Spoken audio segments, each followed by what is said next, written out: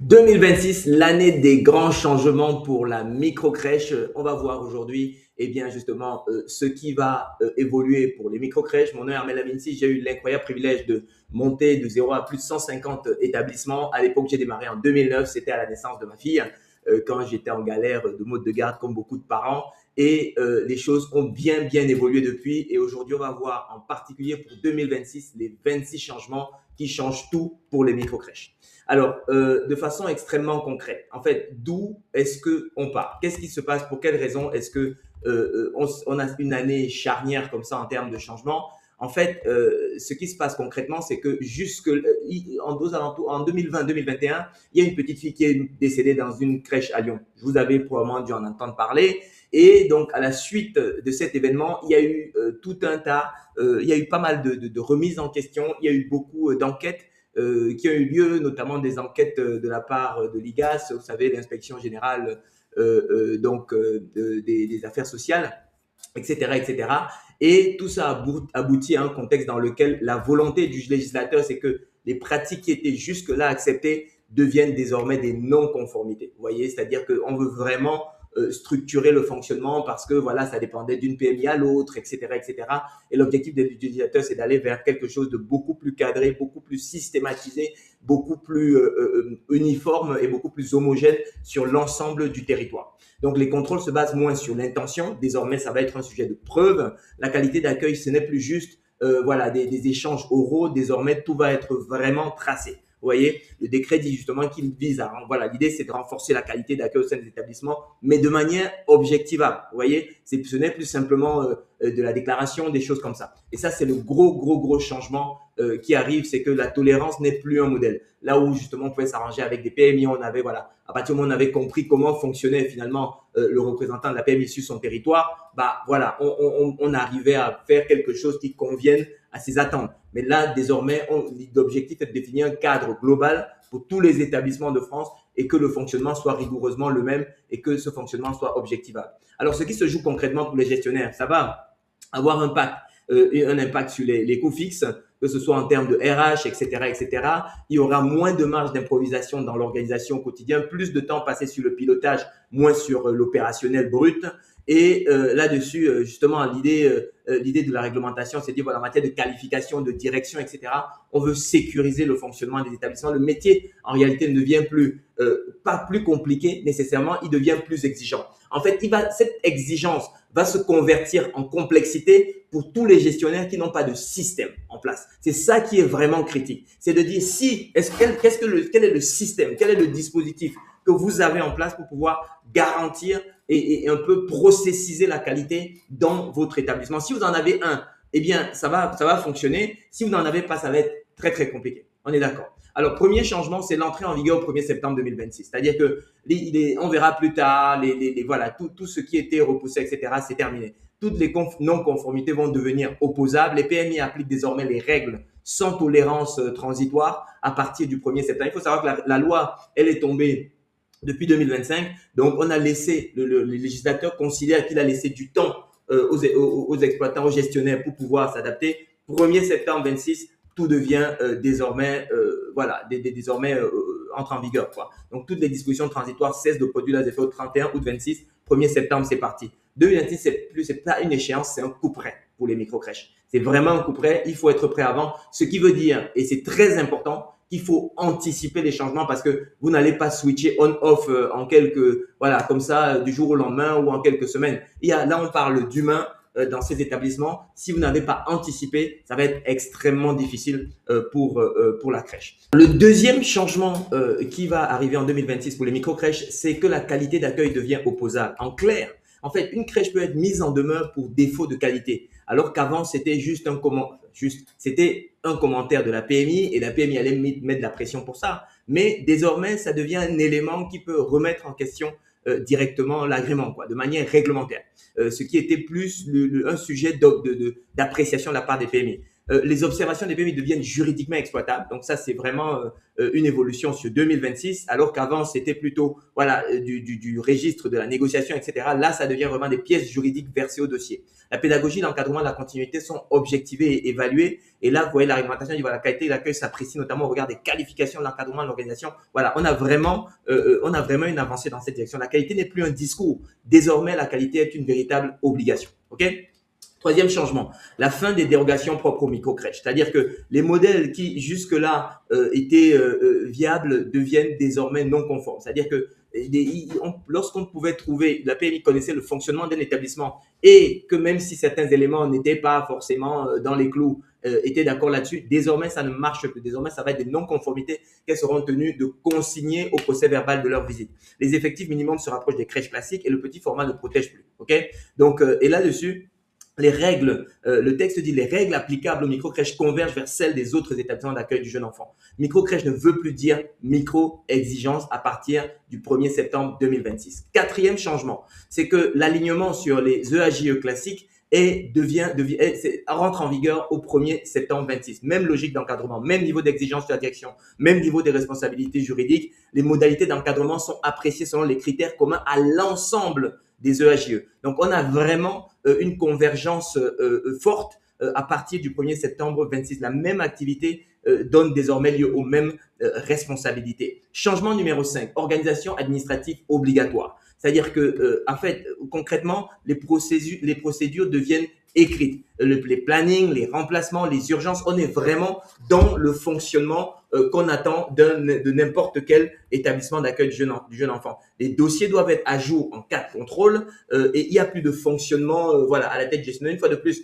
une crèche qui n'a plus ces éléments à jour, même lorsque la PMI sait que ça fonctionne bien, etc., désormais, ça ne sera plus accepté. Le simple fait de bien travailler ne suffira plus. Désormais, il faut avoir un système, il faut avoir une organisation qui est en place et qui permet de tracer et d'objectiver tous les éléments. Okay? Donc, la réglementation prévoit que l'établissement dispose d'une organisation administrative et fonctionnelle formalisée. Okay? Donc, ça, ce sera vraiment une vraie attente. Désormais, ce qui n'est pas écrit n'existe plus. Okay?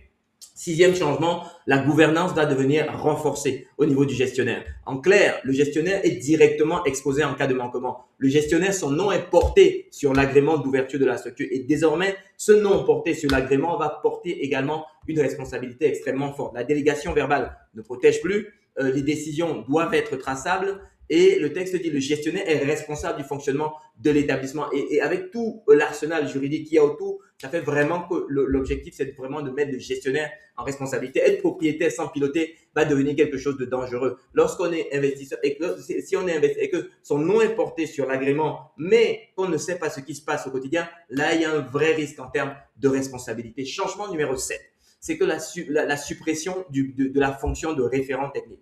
En fait, en pratique, il n'y a plus ce rôle hybride qui n'avait pas vraiment d'autorité dans certains fonctionnements de certaines micro-crèches. La direction va devenir clairement identifiée, c'est-à-dire qu'il y a moins d'ambiguïté en cas de problème. Désormais, eh bien, la fonction de référent technique est supprimée. La direction est désormais assurée par un directeur. Un directeur, ça veut dire que c'est la personne qui est responsable de tout ce qui se passe dans la structure. On ne réfère plus désormais, on dirige dans la micro-crèche. OK? Huitième changement qui va survenir, c'est que la direction va être désormais soumise à des qualifications extrêmement strictes. C'est-à-dire que avant certains directeurs actuels entre guillemets ne sont plus exigibles, ne sont plus éligibles. Il y a une obligation de mise en conformité ou de remplacement et moins de profils historiques non diplômés. C'est-à-dire qu'historiquement, vous pouviez être CAP avec l'expérience, la PMI est en confiance, etc. Et vous assumiez dans les faits la direction de l'établissement. Et ça, c'était réglementairement possible. À partir du 1er septembre 2027 et 2026, eh bien, la direction est assurée par une personne justifiant des qualifications requises. Il n'y a plus de référence technique, l'expérience non reconnue ne protège plus. OK? Alors, 9e changement, la limitation à 2 structures maximum par directeur. Avant, en fait, tout ce qui fonctionnait avant ne marche plus. C'est-à-dire la réorganisation des directions multisites devient obligatoire parce qu'il faut revenir à 2 par secteur. Le recrutement de nouveaux directeurs, parce qu'avant, une référente technique pouvait être référente jusqu'à 3 microcrèches. Désormais, c'est 2. Donc, ça veut dire qu'il faut prévoir de nouveaux recrutements. Et il y a une hausse des coûts de structure pour les réseaux. Aujourd'hui, quand on regarde les plannings et qu'on fait jouer cette direction avec toutes les autres implications justement du texte réglementaire, en fait, les crèches fonctionnaient en général entre 3,7, 3,8 et 4 équivalent temps plein. Désormais, on va passer minimum à 4,3, 4,5 équivalent temps plein. Ça va être difficile de faire en dessous. Le texte réglementaire dit un directeur ne peut diriger plus de 2 établissements simultanément. Une direction diluée ne sera plus tolérée. OK? Changement numéro 10, c'est que le temps de direction minimal obligatoire est également figé dans le marbre. On avait avant un principe de 0,2 ETP consacré aux fonctions administratives, etc. de la part de la référente technique. Désormais, ça change. La direction doit être physiquement présente sur l'établissement. Les absences répétées deviennent un motif de remarque et de consignation au PV de la PMI. Le nom sur le papier ne suffit plus à partir du 1er septembre 26. Et donc, le directeur consacre un temps minimal à l'exercice de ses fonctions. Et ça doit être observable, ça doit être traçable. Lorsque les PMI vont passer sur le planning croisé, eh bien, il faut que ça puisse être vérifié. La direction doit être visible, la direction ne peut plus être symbolique. OK? 11e changement dans les microcrèches, changement de régime transitoire pour les directeurs en poste. En clair, il y a un délai temporaire pour se former ou se conformer. Là, le législateur fait quand même preuve d'une forme de souplesse par rapport aux organisations qui sont en place, mais il y a une obligation d'anticiper, très important, il faut anticiper justement cette mise en conformité avant 2026. Il ne faut pas attendre 2026 et lorsqu'on se fait, on dit, bah oui, on va imaginer. Non, il faut pouvoir tracer, pouvoir montrer qu'on a initié justement les transitions avant 2026. Aucun prolongement n'est prévu à ce jour. Et donc, ça veut dire que le texte dit les personnes en fonction avant l'entrée en vigueur disposent d'un délai transitoire. C'est quasiment le seul point où il y a encore une petite période transitoire qui est prévue à partir de ce moment-là. Simplement, transitoire ne veut pas dire permanent. OK? Alors, 11e changement à partir du 1er septembre. Présence qualifiée annuelle exigée. Donc, ici, les heures de présence doivent être justifiées. Les documents à produire en cas de contrôle sont désormais indispensables parce que vous avez compris, la grosse tendance, la grosse philosophie de cette nouvelle disposition, c'est que, eh bien, tout doit être opposable, tout doit être objectivé, tout doit être traçable. OK? Donc, les documents à produire en cas de contrôle sont vraiment attendus. Moins de souplesse sur les remplacements. Le texte prévoit que la présence de professionnels qualifiés est requise selon les modalités qui sont définies. Donc, une fois de plus, si on est sur une philosophie de consignation, sur une philosophie de traçabilité, la compétence doit laisser des traces. OK?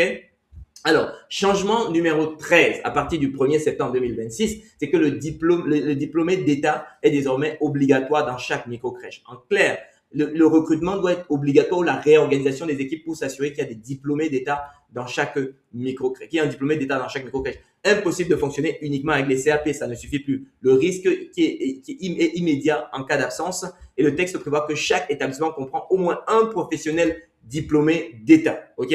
Donc, ça peut être une infirmière, ça peut être une JE, mais il faut au moins un diplômé d'État. Désormais, c'est le nouveau plancher. OK?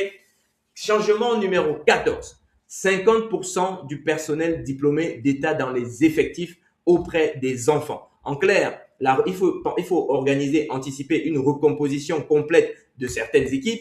Il faut prévoir probablement une hausse de la masse salariale parce que là, on est sur du personnel plus qualifié. Donc, ça veut dire également qu'en termes de masse salariale, il y aura un impact. Et derrière, eh bien, il y aura forcément une tension accrue sur le recrutement parce que il faut savoir qu'il y a globalement entre 6 et 7 000 microcrèches en France. Donc, ça veut dire que tous ces établissements doivent désormais s'équiper de 50% de leurs effectifs personnels diplômés d'État, alors que ce n'était pas le cas avant. Ce qui veut dire que forcément, il y aura des tensions sur le recrutement sur un certain nombre de secteurs. OK? Le texte, à cet effet, prévoit effectivement que au moins la moitié au moins des professionnels encadrants est titulaire du diplôme d'État. Concrètement, le législateur, ce qu'il veut ici, c'est que le cœur de l'équipe soit désormais qualifié. OK? 15e changement à partir du 1er septembre 2026, c'est que les CAP petite enfance ne suffisent plus. OK? En clair, le CAP seul ne garantit plus la conformité. Là, on avait des établissements qui pouvaient tourner quasiment avec beaucoup de CAP petite enfance. Désormais, c'est terminé. Le risque de sureffectif non conforme est très clair, si justement il n'y a pas d'anticipation dans l'organisation des équipes, la frustration possible des équipes en place sera sans doute au rendez-vous également s'il n'y a pas une bonne anticipation, y compris sur la partie managériale, parce qu'il faut expliquer aux équipes, voilà, il faut faire de la pédagogie, sinon ça va être difficile. Et le texte dit les diplômes sont pris en compte, sont désormais limitativement énumérés. Le CAP devient vraiment un complément et on n'est plus à l'époque où le CAP était un socle. Ok, le CAP désormais devient un complément en micro-crèche. 16e changement dans le métier à partir du 1er septembre 2027, c'est que 2026, pardon, c'est que l'accueil seul est désormais seul réservé aux diplômés. C'est-à-dire que avant il était possible pour une CAP, ça c'était une grande particularité des micro-crèches qui apportait beaucoup de souplesse dans l'organisation et dans la gestion, c'est que la CAP pouvait accueillir seule jusqu'à 3 enfants. Désormais, c'est terminé. Donc, l'organisation des plannings est beaucoup plus stricte. Il y a moins de flexibilité en début et en fin de journée. C'est ce que je vous disais tout à l'heure. Et derrière, eh bien, la responsabilité est beaucoup plus forte en cas d'incident. Et c'est la raison pour laquelle le législateur veut que ce ne soit que du personnel diplômé, c'est-à-dire, en l'occurrence, en général, une infirmière ou éducatrice de jeunes enfants qui soit en mesure eh bien d'accueillir les enfants. D'ailleurs, les AP également seront en mesure, évidemment, d'accueillir les enfants toutes seules. Donc, l'accueil en autonomie est désormais réservé aux professionnels qui sont effectivement diplômés. Donc, moins de tolérance, plus de responsabilité. OK?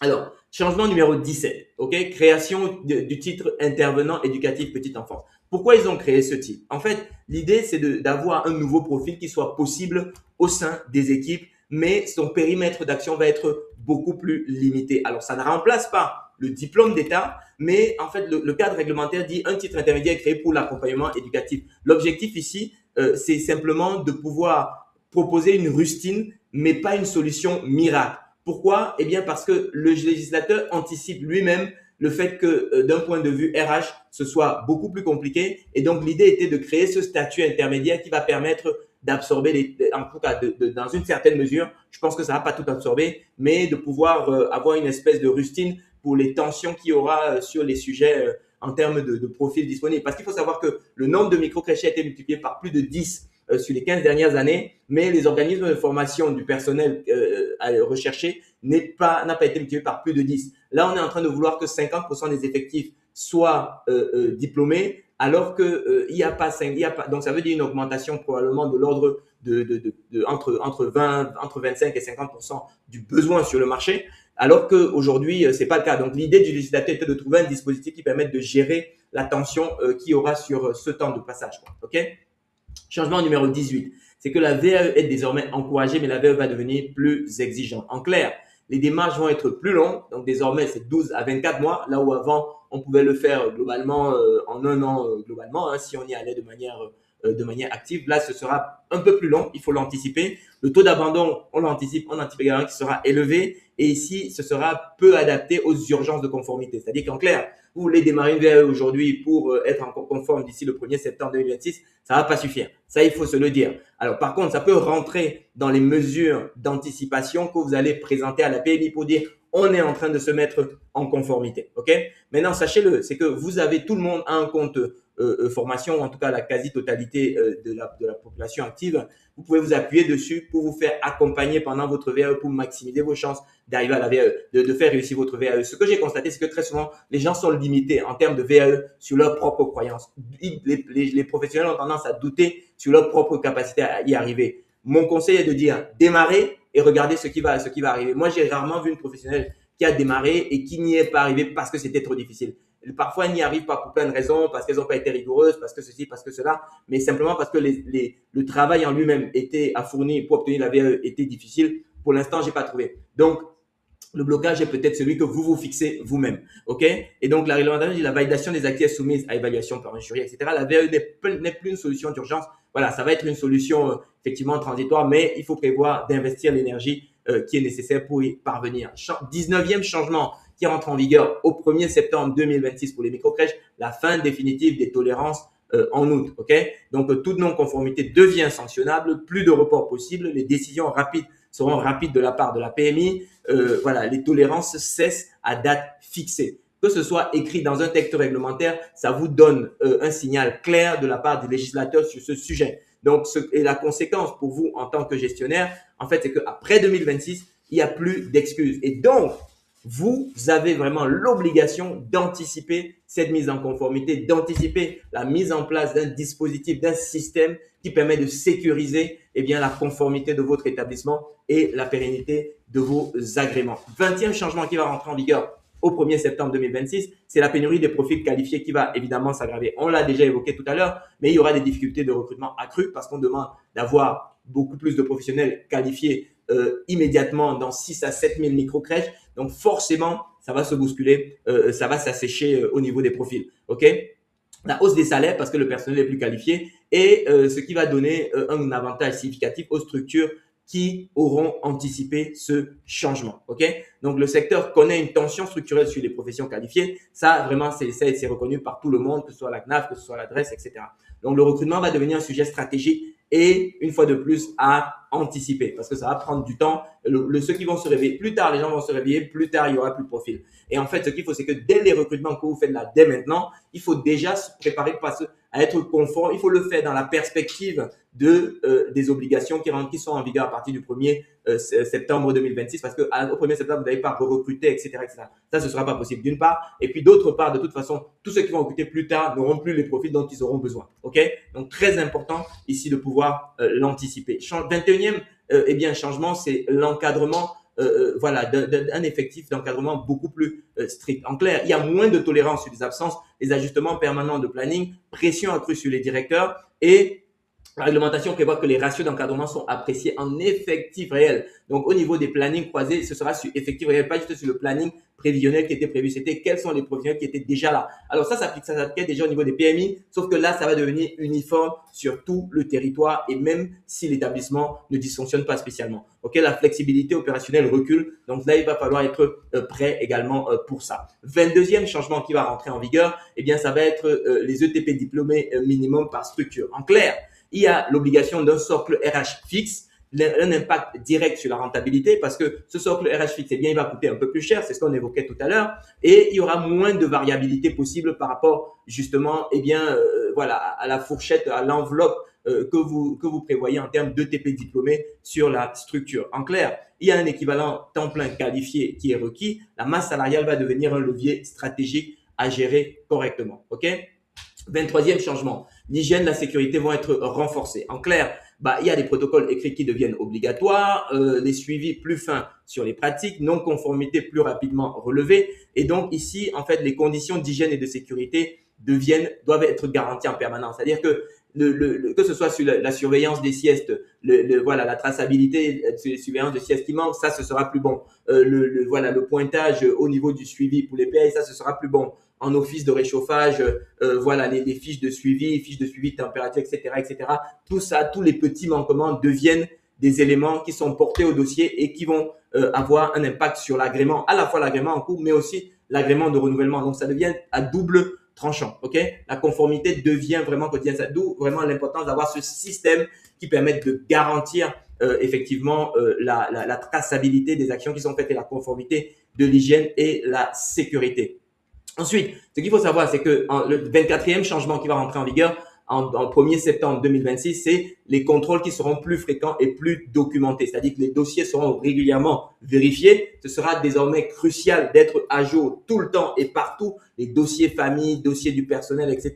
Tout doit être vraiment à jour, y compris lorsqu'il faut renouveler les assurances, toutes ces choses-là. L'historique des échanges doit être conservé. Il y a moins de place pour l'oral. Désormais, c'est sur pièce. Ce qui n'est pas prouvé est présumé absent. Donc, une fois de plus, il faut avoir son système de conformité en place. Vous n'avez pas de système de conformité en place, ça va être très, très, très difficile. Et ce système de conformité, vous n'allez pas le mettre en place en août pour septembre. Non, c'est quelque chose qui aura besoin de s'anticiper parce qu'il y a des changements structurels à prévoir dans votre fonctionnement. 25e changement qui va survenir dans votre activité, au 1er septembre 26, c'est une transparence accrue avec la PMI. En clair, les échanges seront formalisés, les décisions écrites doivent être écrites et opposables et il n'y a plus d'arrangement informel. c'est-à-dire que le code de la santé publique, les échanges avec l'autorité de contrôle sont formalisés. La gestion informelle va disparaître. En clair, vous avez un échange avec votre responsable de territoire au niveau de la PMI. Juste après, systématiser le fait de dire voilà, de lancer le petit mail. Bonjour madame, monsieur, voilà, comme convenu suite à notre échange, nous avons convenu ceci, tac, tac, tac, vous listez les points,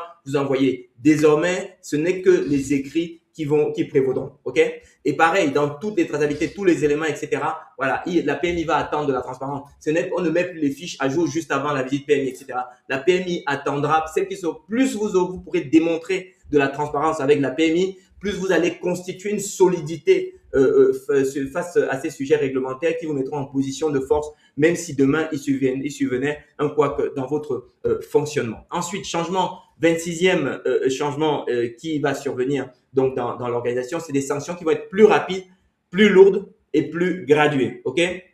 Ça, il faut le savoir. En clair, il y a des injonctions qui seront désormais immédiates, des suspensions d'activités possibles et des fermetures administratives en dernier recours. Là-dessus, je vous ai mis la synthèse, mais en fait, c'est beaucoup plus gradué. Et ça, c'est un problème qui, en fait, avant, il n'y avait pas autant de graduation justement dans les sanctions qui étaient faites aux EAGE. Et en réalité, ça profitait un petit peu aux EAGE parce que finalement, personne n'aurait à l'idée de fermer un EAGE pour une petite non-conformité. Désormais, en fait, les sanctions sont gradées et donc, et ça passe par des sanctions du type des injonctions avec obligation d'affichage où vous êtes obligé de communiquer le fait que vous êtes un mauvais élève à toutes les familles, donc ça leur fout mal. Et donc, il y a tout un système comme ça qui va faire que, en fait, la PMI a désormais un moyen de pression progressive pour vraiment mettre tout le monde dans le rang. Donc ça va être extrêmement important. Le texte prévoit que l'autorité peut prononcer des mesures correctives. Donc ça, c'est très clair. La non-conformité devient un risque business. Et ce qu'il faut avoir en tête, je le disais déjà tout à l'heure, mais vraiment, c'est extrêmement important, c'est que désormais, je ne l'ai pas mis ici, mais dans ce texte, le texte prévoit que les agréments ont désormais une durée de vie et que la durée de vie, au moment du renouvellement de cet agrément, eh bien, la PMI prend en compte comment s'est passé justement votre conformité sur l'agrément précédent.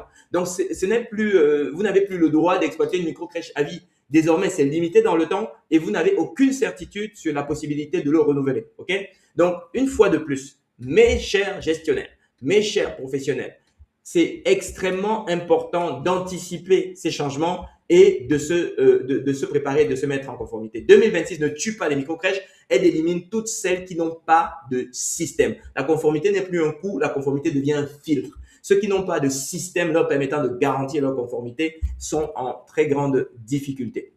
Ce qu'on vous a préparé pour vous aider justement dans ce travail de conformité, comme je vous dis, j'ai eu l'incroyable privilège voilà, d'ouvrir et de développer jusqu'à plus de 150 établissements. Donc, les sujets de conformité, en fait, on les avait avant même que ces éléments réglementaires n'apparaissent. Donc, ce qu'on a fait, c'est qu'on a injecté toutes les obligations réglementaires justement dans un quiz qui vous permet en fait de prioriser les actions concrètes. Pourquoi? Parce que le problème que vous allez avoir maintenant, c'est que vous allez avoir plein de choses à faire. Et sur toutes ces choses que vous avez à faire, il faudra réussir à trier ce par quoi il faut commencer. Et c'est précisément ça que cet outil va vous aider à faire. C'est-à-dire qu'il va vous aider par rapport à votre situation spécifique, il vous pose quelques questions et ensuite il vous permet en fait de décliner justement les actions concrètes et l'ordre de priorité dans lequel vous devez les anticiper. Il vaut mieux un diagnostic maintenant plutôt qu'une sanction plus tard. On vous met le lien en description de cette vidéo ou en dessous de la vidéo, on vous met un bouton pour ça. Ce que je vous invite à faire, c'est donc de faire votre quiz, d'avoir vos priorités et tout de suite de vous mettre en route pour anticiper et éviter de vous retrouver en situation extrêmement difficile